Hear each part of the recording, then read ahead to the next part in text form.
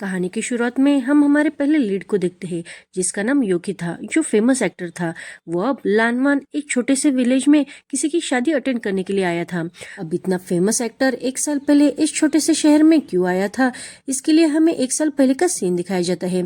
तभी हमें पता चलता है कि योकी बहुत ही फेमस और बहुत से अवार्ड जीतने वाला आर्टिस्ट था। उसकी फैन फॉलोइंग भी बहुत अच्छी थी और लोग उसे बहुत ज्यादा पसंद करते थे।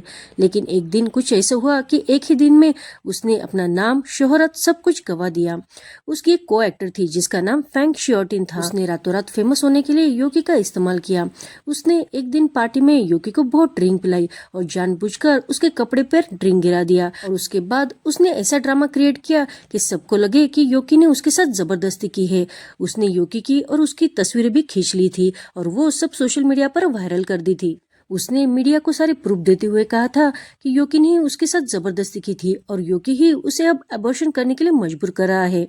लोगों की सिंपैथी की वजह से वो एक्टर्स तो रातों रात फेमस हो गए। योकी के पास सॉलिड प्रूफ था, वो अपने आप को इनोसेंट साबित कर सकता था।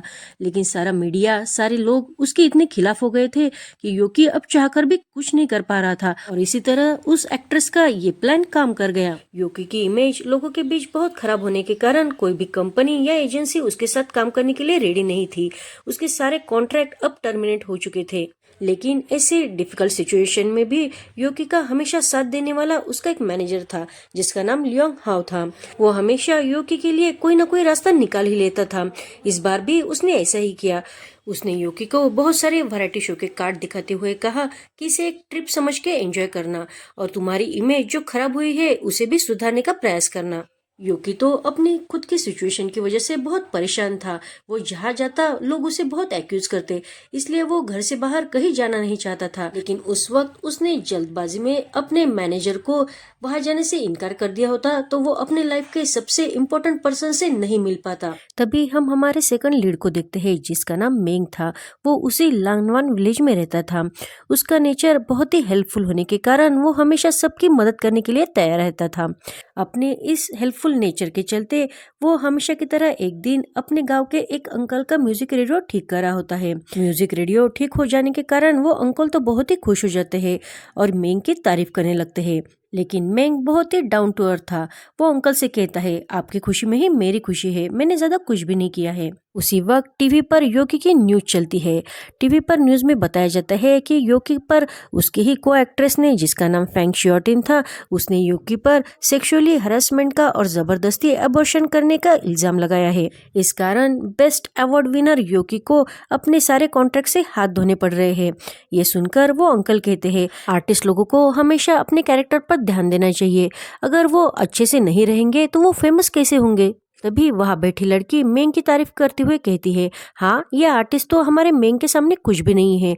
हमारा मेंग बहुत ही अच्छा है और ईमानदार है। इन सब आर्टिस्ट लोगों को हमारे भाई मेंग से कुछ तो सीखना चाहिए। ये सुनकर मेंग खुश हो जाता है। लेकिन योकी की न्यूज सुनकर मेंग भी बहुत हैरान होता है, लेकिन वो कोई भी कमेंट्स वहां नहीं करता और उन सबको बाय के वहां से चला जाता है। आगे हम देखते हैं कि जब मेंग घर जा रहा होता है तो गाँव का मुखिया उसे रोकते हुए कहता है, हमारे गाँव में वैरायटी शो शूट करने के लिए कुछ फेमस आर्टिस्ट आ रहे हैं, तो तुम्हें उनका ध्यान रखना चाहिए, क्योंकि उनकी सेफ्टी हमारी रिस्पॉन्सिबिलिटी है और इस वजह से हमारा गांव भी बहुत फेमस हो जाएगा। जब एजेंसी वालों ने वॉलंटियर की बात की तो सबसे पहले मुझे तुम्हारा ही नाम याद आ गया, तो क्या तुम मेरी मदद करोगे। मेंग तो उन्हें जल्दी से हाँ कह देता है। तभी वो मुखिया मेंग को किसी के यहाँ फर्टिलाइजर की डिलीवरी करने को कहते हैं।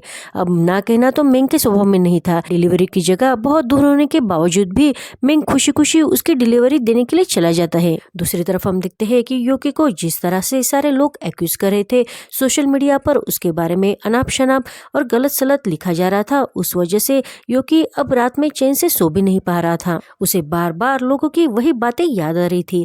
इस वजह से अब वो डर कर नींद से उठ जाता है। उठने के बाद वो अपने आजू बाजू में देखकर खुद को शांत करने की कोशिश करता है। तभी उसकी फोन की घंटी बजती है। इतने रात में उसकी कोई फैन उसे दोषी मानते हुए उसने जो किया भी नहीं उसके लिए उसे बहुत ब्लेम करने लगती है। उस फैन की सब अनाप शनाप बातें सुनकर योकी बहुत ही परेशान हो जाता है। तभी वो लैपटॉप में देखता है तो लैपटॉप में भी उसके सारे फैंस ने उसके बारे में बहुत भला बुरा लिखा था। कुछ फैन ने तो उसे एक्यूज करते हुए कहा था कि इसके जीने का कोई हक नहीं है, इसे तो मर जाना चाहिए। और यही नहीं तो यूकी ने जो नाम और शोहरत कमाई है वो भी उसे अच्छे लक की वजह से मिली है। उसके खुद के बलबूते पर उसने कुछ भी नहीं किया है। लेकिन इन सब कमेंट्स के बीच एक कमेंट्स ऐसी थी जो यूकी के बारे में अच्छा कह रही थी। वो यूकी का साथ दे रही थी। उसने कहा था कि यूकी एक बहुत अच्छा एक्टर है और उसने ऐसा कुछ भी नहीं किया होगा। हमें उस पर यकीन रखना चाहिए। हम बस कहानी के एक ही पहलू देख रहे हैं। अब यूकी का ध्यान उस कमेंट्स पर जाता है। बहुत क्यूरियोसिटी से यूकी वो अकाउंट चेक करता है। उस अकाउंट का नेम था @journey_with_you। उस अकाउंट के ओनर ने यूकी को बेस्ट विशेष देते हुए शूटिंग के बीच में ज्यादा पानी पीने के लिए और अपना ख्याल रखने के लिए भी कहा था। अब वो अकाउंट चेक करने के बाद यूकी को पता चलता है कि उसकी वैरायटी शो की शूटिंग जिस लानवान विलेज में होने वाली है, ये अकाउंट का ओनर भी उसी गांव से बिलोंग करता है। अभी ये सब जानने के बाद यूकी उस वैरायटी शो की शूटिंग के लिए उस गांव में जाने के लिए रेडी हो जाता है और इस बारे में वो अपने मैनेजर को बता देता है। आगे हम देखते हैं यूकी अपने बाकी सारे को एक्टर के साथ उस जगह पर पहुंच जाता है। वहाँ उसकी मुलाकात ये रेन यानी उसके को एक्टर से होती है जो यूकी का फैन था। वो वहां जाते ही यूकी से कहता है कि मैं तुम्हारा बहुत बड़ा फैन हूँ। यूकी उसे कहता है मैंने तुम्हारा काम देखा है। ये जान के वो बहुत ही खुश हो जाता है और यूकी से कहता है क्या मैं तुम्हारा बैग कैरी कर सकता हूँ। यूकी भी बहुत खुश होकर उसे अपना बैग दे देता है। अब सब आर्टिस्ट लोगों के लिए जो गाड़ी बुक की थी यूकी उस गाड़ी में बैठने के लिए जाने वाला होता ही है।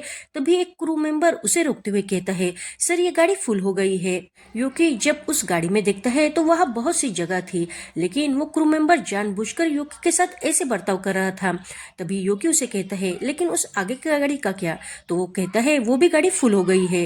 तो यूकी कहता है इसका क्या मतलब है। तो वो कहता है जब तक मैं तुम्हें लेने के लिए नहीं आऊंगा तब तक तुम यही इंतजार करो, नहीं तो मैं तुम्हें लोकेशन सेंड करता हूँ। अब वहां खड़ा ये रैन ये सब देख रहा था, इसलिए वो कहता है लेकिन भाई गाड़ी में तो बहुत जगह है।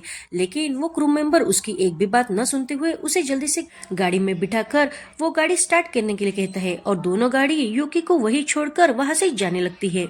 अब यूकी को तो बहुत गुस्सा आने लगता है। तभी उसे ख्याल आता है कि उसने जो बैग येरान को दी थी उसी में उसका मोबाइल था। अब वो बैग तो गाड़ी के साथ ही चली गई थी, इसलिए वो अब भागते हुए उस गाड़ी का पीछा करने लगता है। गाड़ी में बैठे हुए सारे मेंबर उसे भागते हुए देख लेते हैं, लेकिन कोई उसकी मदद के लिए नहीं उतरता। वो तो बस ये कहते हैं कि उस कैंडल की वजह से वो अब उसे बहुत हेट करते हैं। वो क्रू मेंबर तो ड्राइवर को गाड़ी और तेज करने के लिए कहकर वहां से जल्दी में चले जाते हैं। अब बेचारे यूकी तो उन पर बहुत गुस्सा करते हुए वही रह जाता है। आगे हम देखते हैं कि यूकी वहां रहने वाले एक गांव वाले का फोन लेकर अपने मैनेजर को कांटेक्ट करने की कोशिश करता है, लेकिन मैनेजर को लगता है कि वो स्कैम कॉल होगा, इसलिए वो उस अननोन नंबर को नहीं उठाता। अब यूकी तो पहले ही बहुत परेशान हो चुका था। जैसे ही वो टर्न होता है उसके पीछे वो आदमी उसे खड़ा दिखाई देता है। उसकी क्रीपी स्माइल देखकर यूकी उसे कहता है तुम कौन हो और तुम्हें यहाँ किसने भेजा है। वो आदमी उसे कहता है मुझे किसी ने नहीं भेजा। लेकिन अब यूकी के साथ जो कुछ भी स्कैंडल हो चुका था इस वजह से यूकी कोई भी खतरा नहीं उठाना चाहता था, इसलिए वो उस आदमी पर जबरदस्ती करते हुए कहता है तुम्हारा कैमरा कहाँ है, मुझे जल्दी से बताओ। और वो उस आदमी की तलाशी लेने लगता है। ये देखकर वो आदमी गुस्सा हो जाता है और यूकी से कहता है तुम पागल हो क्या, तुमने ही मेरा फोन यूज किया है, ये मेरे वाइफ का है, तुमने उसका सारा रिचार्ज खत्म कर दिया। अगर तुम दिखने में हैंडसम नहीं होते तो मैंने तुम्हें पंच किया होता। इतना कह के वो अपना फोन लेकर गुस्से से वहां से चला जाता है।